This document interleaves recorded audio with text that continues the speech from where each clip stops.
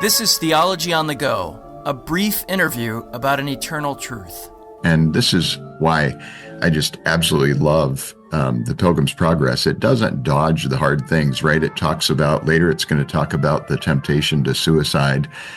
Here it talks about the temptations or the lust of the flesh. And you know, think about it, you know, Faithful even says, I'm not sure I left, I'm not sure that those temptations didn't get a part of me, that I didn't leave part of me behind when I fled them. And so there's, Bunyan's just painting some pictures for us that are really contemporary in their application. Hello and welcome to Theology on the Go. My name is Jonathan Master, and I am joined, as always, by my friend and co-host, James Dolezal. James, how are you today? Jonathan, I'm doing really well, and really looking forward to part 5 of our discussion of the Pilgrim's Progress. That's right. This is part 5 of our Pilgrim's Progress discussion. We don't know exactly how many parts there will be, but we are taking our time going through this important book, classic Christian book, with our friend Jeff Stivason. Jeff, of course, is the pastor at Grace Reformed Presbyterian Church in Gibsonia, Pennsylvania, and also serves as professor of New Testament studies at Reformed Presbyterian Theological Seminary in Pittsburgh. So, Jeff, thanks for joining us again. Oh, it's good to be here with you guys. Thanks for having me on. I want to set the stage just a little bit for this next part of the conversation. So we have just, in part 4, we ended with a Christian going through the valley of the shadow of death. And at the end of that, he comes out of it and meets another fellow traveler, another fellow believer on the road, and they begin to talk. And the section we want to look at today is their conversation coming out of the valley of the shadow of death. So with that little context, Jeff, why don't you lead us through how this conversation goes and what some of the key points are? Yeah, let me start with given that overview. They do come out of the valley of the shadow of death, and they meet with one another, and we'll talk about that. But the content of their conversation is really interesting because as they begin to talk, they talk a lot about talk. And then they mention the idea of being ashamed. And then after they talk a little bit more, Faithful describes his journey through the valleys. And in the midst of that, he's asked by Christian, who did you encounter along the way? And one of the figures that he mentions is shame. And so they spend a lot of time talking about shame and how shame was a really difficult person to shake. And then after that, both Christian and Faithful encounter talkative. And so there's a sense in which Bunyan is building a structure for us. He's introduced this by a lot of language about talk. He's introduced shame or being ashamed, and then he's introduced the character of shame, and then he introduces the character of talkative. And so there's a nice unit to the section that we're about ready to look at. So before we get into it, Jeff, then would you say that the focus of this section, the real target that Bunyan is aiming at, is that shame portion, or would you just ascribe equal weight to his section on talking and talkative and shame? I think he ascribes equal weight, and I think the way I've looked at this in the past is, sometimes you can shake bad company with a lot of difficulty. That's shame, right?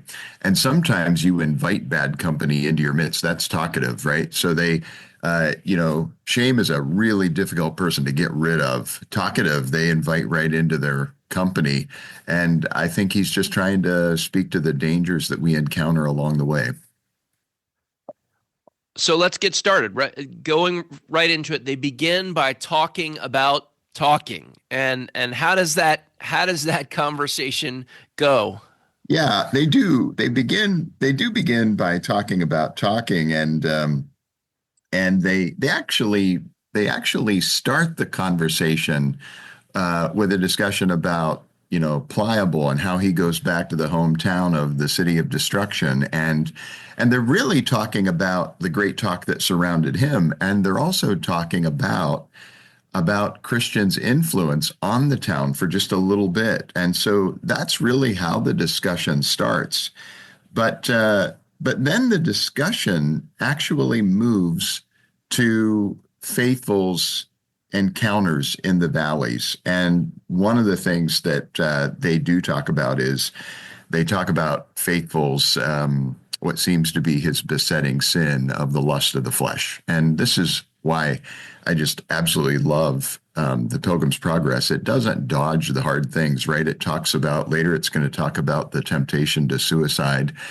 Here it talks about the temptations of the lust of the flesh. And think about it, Faithful even says, I'm not sure I left, I'm not sure that those temptations didn't get a part of me, that I didn't leave part of me behind when I fled them. And so there's, Bunyan's just painting some pictures for us that are really contemporary in their application. Really quick, before we leave Pliable, because we're going to go into some others, it's how Faithful's recounting the reception of Pliable when he, climbs out of the Slough of Despond and goes right back to the city of destruction. But then there was a lot of talk about Pilgrim leaving, but then there was also some talk about Pliable, who turned back, the sow to the mire, the dog to the vomit. And yet the town scorned him. And they're a little bit perplexed at this because, well, wouldn't you be happy that he's now returned to the city of destruction and he's judged the way to be not worth traveling? But yet, nevertheless, they still despise him as a kind of turncoat. Why is that? Yeah, that's an interesting thing. It says that they mock him, they despise him. He can scarce get any work, and he was 7 times worse than before. And I think Bunyan is telling us that, there's something about being wicked in and of itself, right? There's something about being just following your sinful nature. But I think what he's also telling us is when we make decisions, they have a tendency to do something to us. And when we choose the good and then refuse it, we can't be but worse than we were, not only to ourselves, but in the eyes of others, because they recognize that we have chosen the good and they despise us for not only having chosen the good, but returning from it to be with them. I just think it's a staggering thing when you think about that little section and why he includes it there. Maybe he means that the agony of apostasy is actually worse than the garden variety agony of unbelief to begin with. To have tasted and seen, and then to reject is a more miserable condition than never to have tasted. I think of Chorazin and Bethsaida compared to Sodom and Gomorrah, maybe. Yeah, absolutely. Well, one of the things that I've been struck by, and I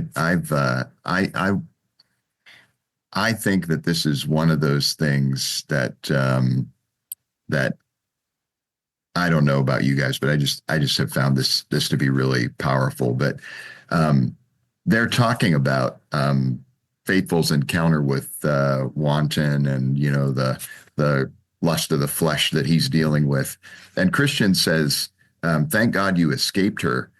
The abhorred of the Lord shall fall into her ditch."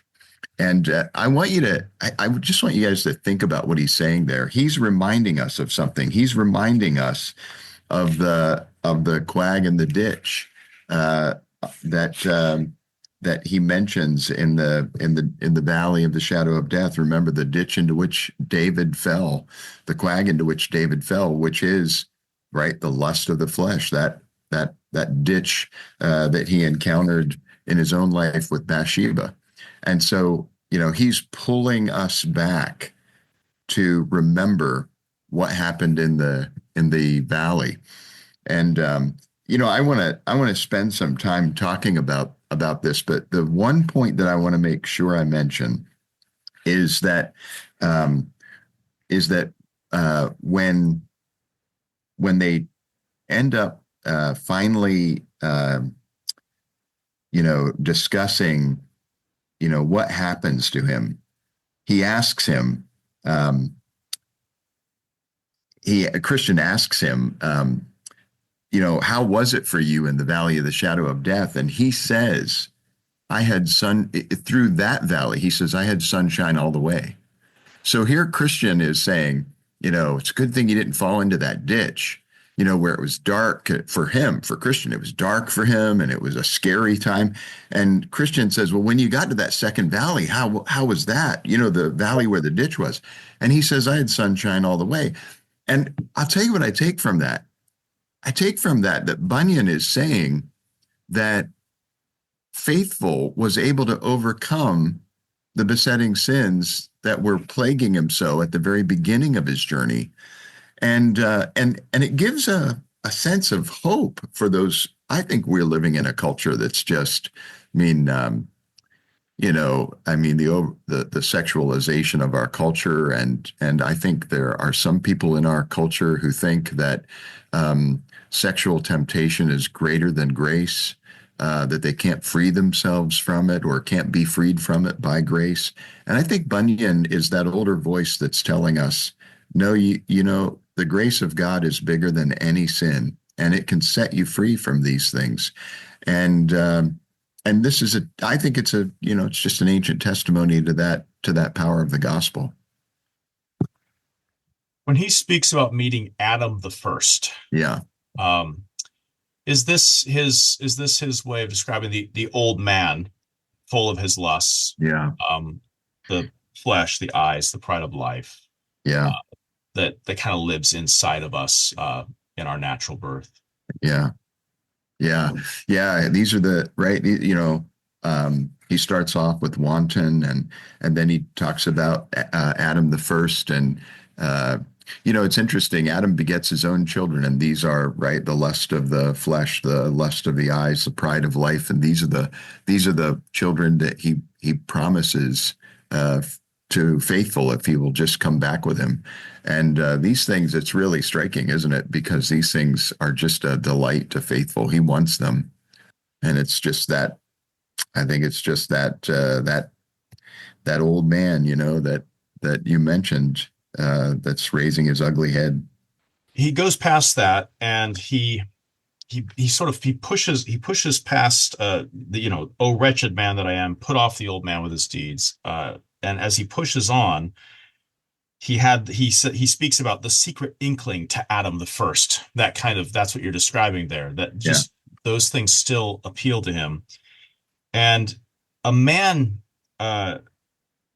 knocks him down and lays him out for dead. And he says, I did not know him at first, but as he went by, I perceived the holes in his hands and his side. Then I concluded it was our Lord. And so I went up the hill, and he was smitten by the Lord. Yeah. And Christian said, that man who overtook you was Moses. He spareth none. Yeah. And maybe a couple comments. First, how that functions in Bunyan's narrative, and then what is, maybe we should say, the role of the law in the pilgrimage.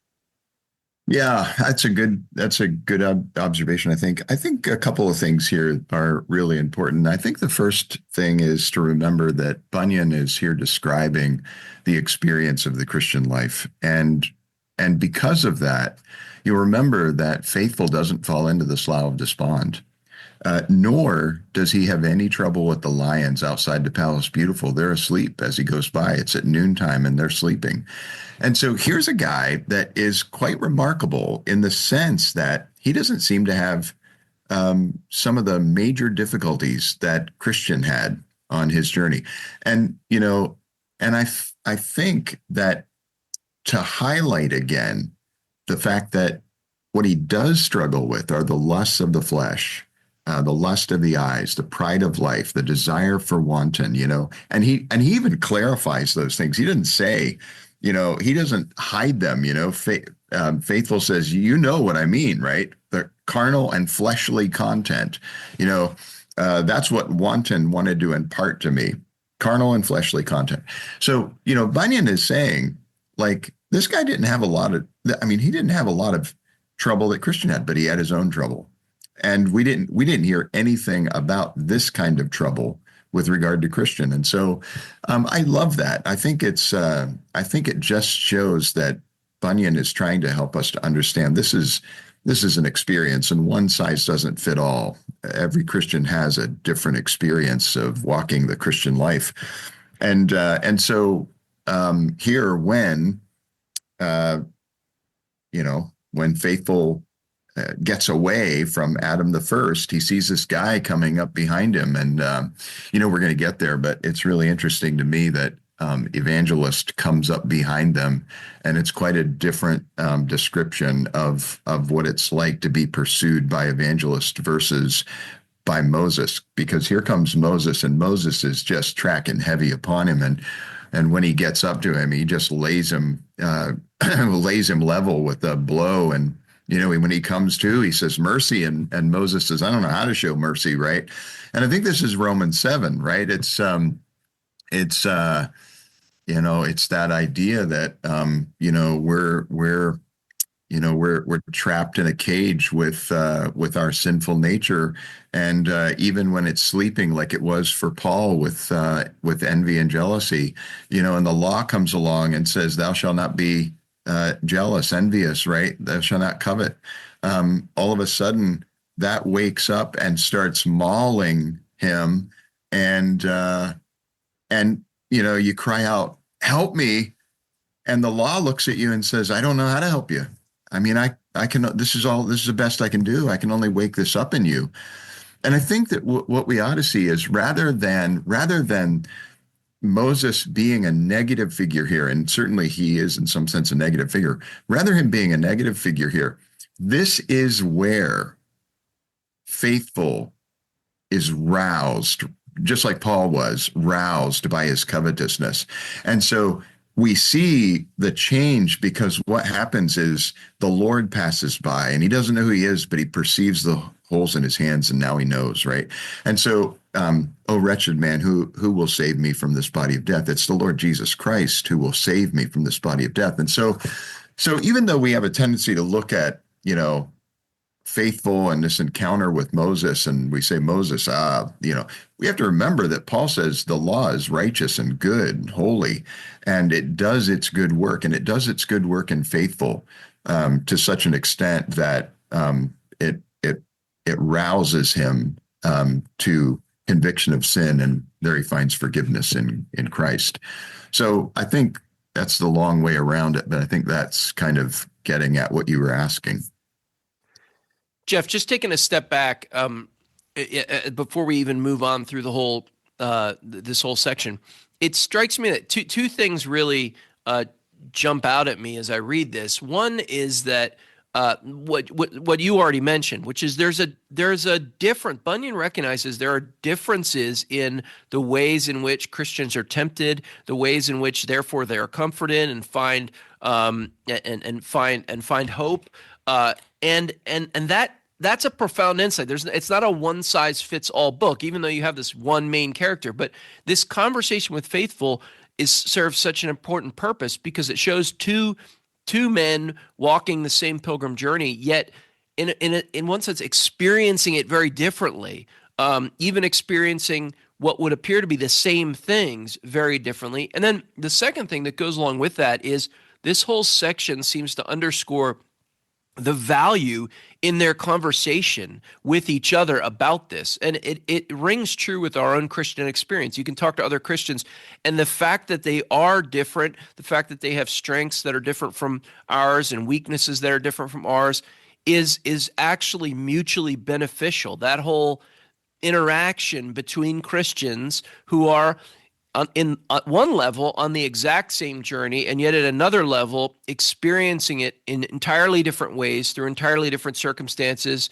and temperaments and weaknesses is so valuable for the Christian life. Oh yeah, I agree. And that's the beautiful thing, right? When you go back to Christian in the valley of the shadow of death, it says that I saw then in my dream, as far as the valley reached, there was on the right hand a very deep ditch, that ditch into which the blind hath led the blind in all ages, and have both there miserably perished. Again, behold, on the left there was the dangerous quag, into which if even good men, if even a good man falls, he finds no bottom for his feet to stand. And into this, David fell. And then it talks about how dark it was and how frightening it was. Then you get to the end of this whole section, and Faith and Christian says, what did you meet in that valley? He knows what he met. And he says, I had sunshine all the rest of the way through that valley of the shadow of death. Now, the thing that I think is interesting is both of them are struggling with different sins. They're on the same journey, like you said. But isn't it interesting when Christian hears his voice, he hears somebody that he knows is a brother. But when he comes out of that valley, do you remember what he does? He catches up to Faithful and then goes past him and then gives them that wiry smile and then falls to the ground. and it says that he wouldn't have gotten up unless Faithful had stopped to pick him up. And so, we talked about the importance of the church last time. And I think that this whole section kind of highlights how difficult it is to be in the church with each other. And yet, you might think to yourself, I don't struggle with that, but you certainly struggle with something else that he may not struggle with. And so it's, I just think that whole, the whole section is really instructive if we just pause to let it be. Yeah, no, I think that's a great point, because you can reach a section like this and say, why is so much space, 25 pages, 30 pages devoted to this interaction between the two of them? Yeah. And yet I think you're right. When you step back, you realize that this is an important part of the message that Bunyan's trying to convey. Yeah. Yeah. Now, Jeff, maybe we should move on to the shame part of this section. Sure. And so as you laid out at the beginning, how there's the talking part, then the shame part, and then talkative is introduced. But let's get into that shame part of their interaction. You mentioned already a few things about shame, how difficult shame is to kind of get to go away, and some of the aspects of that interaction. So talk a little bit more about that. Yeah, it's interesting. It's not just shame. There's discontent plays a brief cameo. And I think the reason for that is that it's a foil for shame. And what I mean by that is discontent really appeals to his honor. And shame is all about embarrassment. And so the idea is, well, don't you really want this, right? And what is that you want? Pride, arrogance, the worldly gain, that sort of thing is what discontent is prodding him toward. But what it is underneath that propels him is this idea of shame, being embarrassed by. And here's the thing I think is really interesting, guys. This is, again, something that speaks to our very moment. We're living in a day where there's often a lot of talk about manliness, right? And sometimes that manliness, a lot of that discussion about manliness, who is a man that doesn't want to be a man, right? But some of the critique today that we often hear about manliness is this idea that manliness ought to be, that which is external. We ought to focus on those external things. But here, what he's saying is this. He's saying that shame will have us believe that a tender conscience is an unmanly thing. That is, the things that I deal with internally, like before God, those things are unmanly. That I struggle internally with lust of the flesh, or the pride of life, or a desire for, a position, or those kind of things that I need to mortify. Shame would come along and say, those things are unmanly. You don't need to struggle with those things. That's something that you need to not worry about, not if you're a man. And it's just striking to me that Bunyan puts that in here.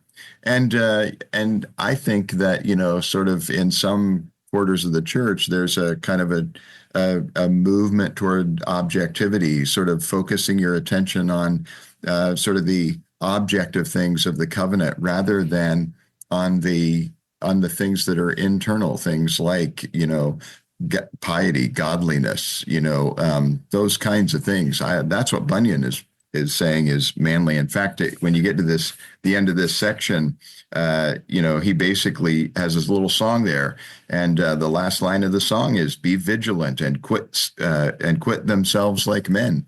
And what he's saying is those who are men deal with themselves internally first.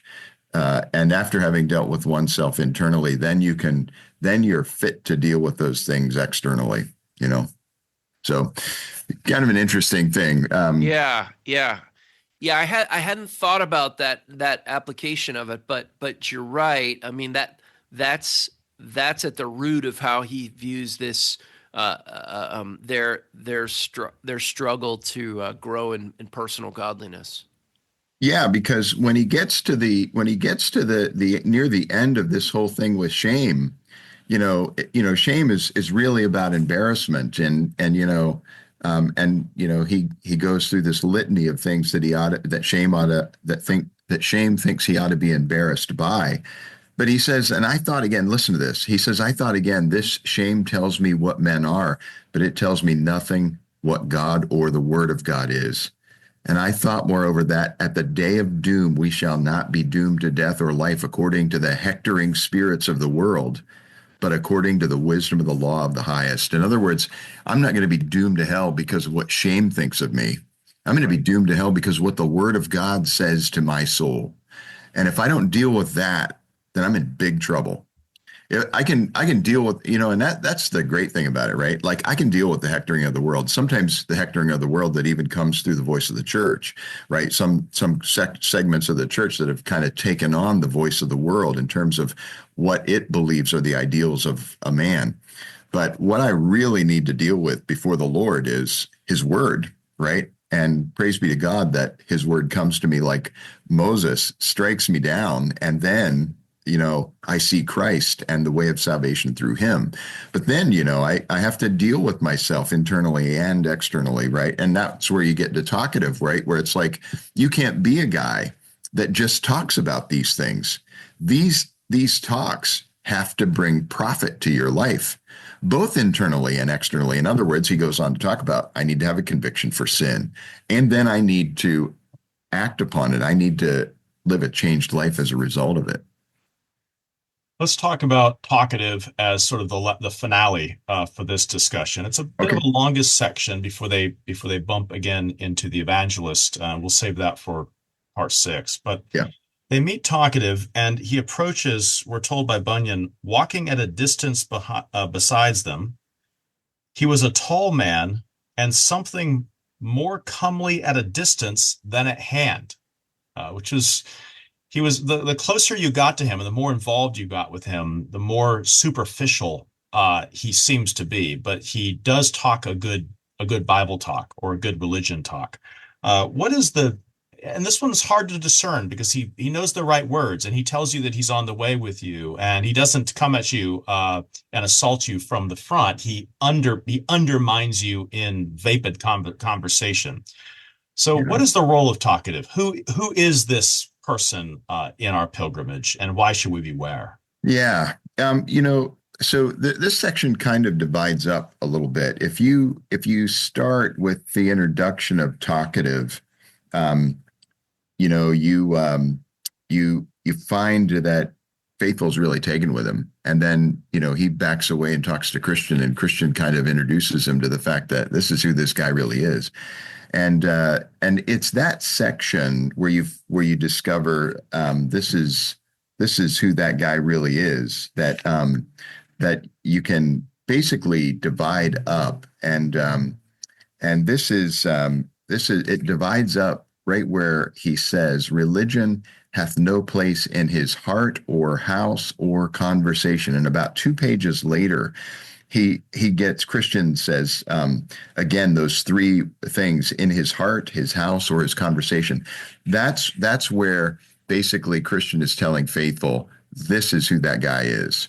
And then it's after that Faithful says, well, okay, I'm going to go and talk to him. And then you get 2 questions that are proposed by Faithful. And then you get 2 questions that are proposed by talkative, and then two questions that are proposed by Faithful. And so you get an intro, you get this little discussion between Christian and Faithful, and then you get the encounter with Faithful and talkative. And so, but the key is when Faithful says, when he's talking along and Faithful says, and Faithful's oblivious at this point, Faithful says, well, that's true what you just said, but to be profited by such things in our talk should be our chief design. And then he says this, talkative says, that's what I said, for to talk of such things is most profitable. And right at the beginning, you realize, oh, this is the difference. Faithful believes that talk ought to actually change our lives, that it's actually for a profitable life. But talkative is just about the talk. And so that's the key difference, right? Which is why Christian takes him aside and says, this guy can talk a good talk anywhere he goes, but his life is unchanged by it. And then that's really what Faithful tries to flesh out in the questions that come afterwards. Because, for instance, in the very first question, where's the grace of God? Where the grace of God is in the heart, it causeth there a great outcry against sin, says talkative. And Faithful says, okay. Hold on just a second. It's not just that it causes a great outcry, but it actually causes an inclining to hate sin. And so, all of a sudden you get this idea that Faithful's really pressing to say, talk's good, but talk has to impact the life. And I think that's what's happening here. It's a fitting end to this section, isn't it? Because so much of this section has been has shown us the virtue and the virtue of their conversation, of their Christian conversation, and the way in which they've encouraged one another, the way in which they've been there for one another and kind of helped each other see things in a different light. And yet at the end of it, what Bunyan, by putting talkative here, Bunyan's sort of reminding us, yes, but it has to go further than that. It can't just be talk about your spiritual life and a kind of morbid introspection or constant discussion about these things. It has to actually result in repentance and change in your life for it to be of any real value. Yeah. Yeah. And it's sort of interesting at the very end, he says, then talkative at first began to blush, right? It's the gospel applied to talkative that shames talkative. And so he brings both the idea of shame and talkative back together in sort of the defeat of talkative. And right. But yeah, it's good. The three of us are all teachers. I think there's a warning for teachers in this as well, that those who have been entrusted to teach do have to speak the right words and speak truthfully. But even I think as Bunyan gets at it, great knowledge may be obtained in the mysteries of the gospel, says Faithful, and yet no work of grace in the soul. I think we can all think of really great preachers that were used of God in spite of themselves, and yet their lives betrayed their doctrine and their teaching, and they turn out to be but talkatives. And I think especially for those of us who are teachers, there's something, who are paid to talk, there's something to take to heart here, to say you could do that and be completely missing the substance of it. Yeah. I want you to know I get paid for grading papers. Oh, well, yes, I have those weeks too. Jeff, we've spent a good bit of time on this one, and certainly, though, feel like we're just scratching the surface even of this section. But thanks so much for joining us today. Oh, my pleasure. Thanks a lot. If you'd like your own copy of the Pilgrim's Progress, there are a number of editions available, but we have a few of the Banner of Truth edition that we can give away. So if you go to placefortruth.org or theologyonthego.org, there's a place there for you to give us your information for the opportunity to win a copy of the Pilgrim's Progress. Also, if you know anyone who might benefit from this podcast, please pass it along. If you can rate it wherever it is that you download. That's a huge help to us in getting the word out. And if you're able to donate, you can do that at alliancenet.org or placefortruth.org. And as always, thank you for listening to Theology on the Go, a brief interview about an eternal truth.